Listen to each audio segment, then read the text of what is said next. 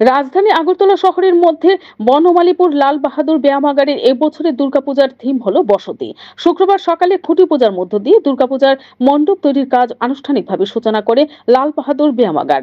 এদিন এই উপলক্ষে আয়োজিত অনুষ্ঠানে উপস্থিত ছিলেন রাজ্যসভার সাংসদ রাজীব ভট্টাচার্য সহ অন্যান্যরা। অনুষ্ঠানে বক্তব্য রাখতে গিয়ে সাংসদ রাজীব ভট্টাচার্য বলেন, আমাদের উত্তর পূর্বাঞ্চল মাতৃকেন্দ্রিক হিসেবে পরিচিত।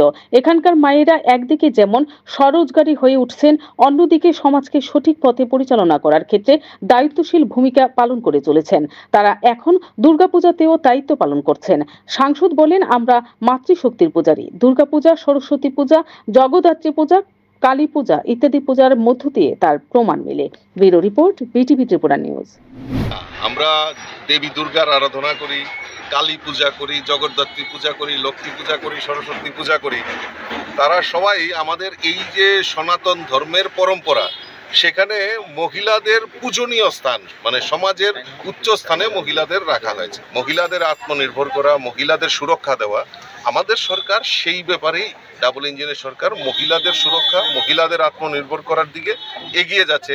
তাই মহিলাদের একটা কনফিডেন্স তৈরি হয়েছে যে না, আমরাও পারি, আমরা নারী, আমরা সব পারি। তো সেই স্লোগানকে সামনে রেখে মহিলারাও পার্টিসিপেশন করছেন আজকে পূজাগুলিতে। এটাই আমাদের কাছে সবচেয়ে বড় অ্যাচিভমেন্ট।